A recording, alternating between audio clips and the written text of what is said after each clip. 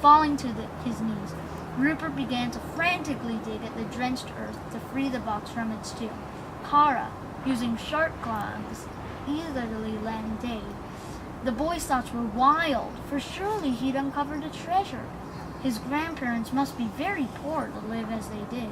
What if the box was filled with riches? They could live in a beautiful home, in a marvelous city, and even have horses to ride and partake of the chocolates and cakes he'd read of and dreamed about. Progress was too slow for the frenzied lad. Looking about, he found a sharp stone and grabbed it up, began to pound at the rotting wood.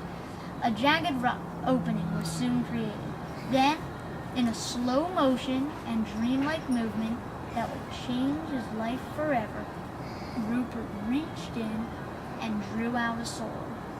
It was magnificent, a scabbard of gold covered with rubies and sapphires.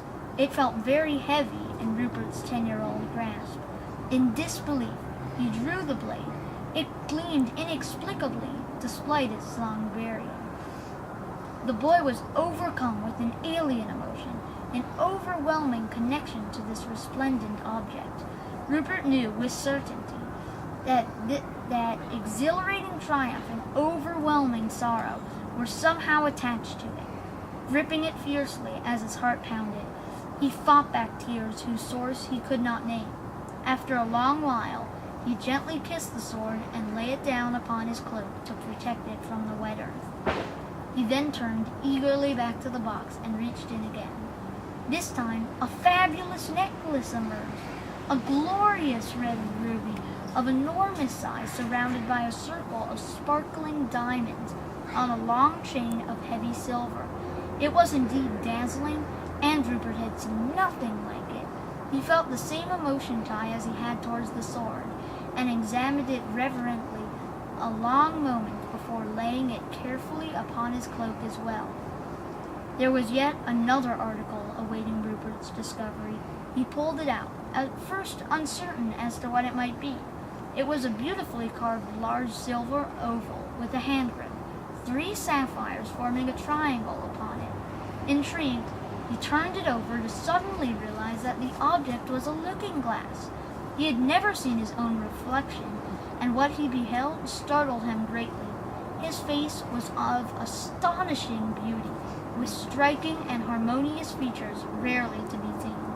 His hair was thick, black, lustrous, and wavy, falling to his shoulders, his complexion deeply tanned. But Rupert, having never encountered other children, had no one to compare himself to, and vanity was not in his nature. No, what astonished him were his eyes, framed by bold black brows, surrounded by bristling black lashes.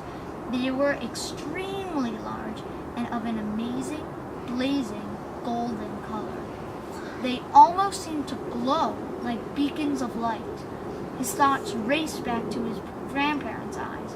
They were brown, ordinary, normal. The boy sensed that his own must be special, in a manner he could not truly fathom. So the treasure was not the only mystery he'd uncovered that day. Rupert had never been as amazed, astonished, or overwhelmed in all his life. He must fly to his grandparents and tell them immediately. Why, now they might be rich and live so very differently. 1,000 alluring prospects raced through his thoughts. Perhaps he might be properly educated, have friends, and travel the world. Gathering the sword, necklace, and mirror in his cloak, the boy raced towards the cottage, Kara at his side.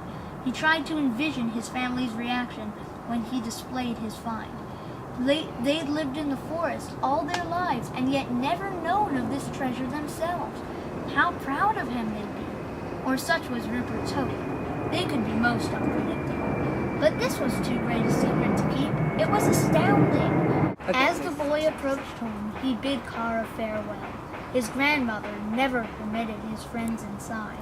The fox departed, but drawing nearer, Rupert became wary and slowed to a halt. The forest hares and squirrels that usually greeted his return were nowhere to be seen.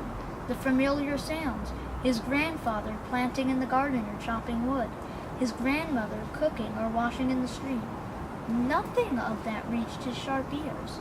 Rupert grew most uneasy. Something was surely amiss. As he advanced towards the cottage, treasures under his arm, his apprehensions grew. He called out to his grandparents, but for the first time in his life, no answer came. In disbelief, the boy pushed open the cottage door.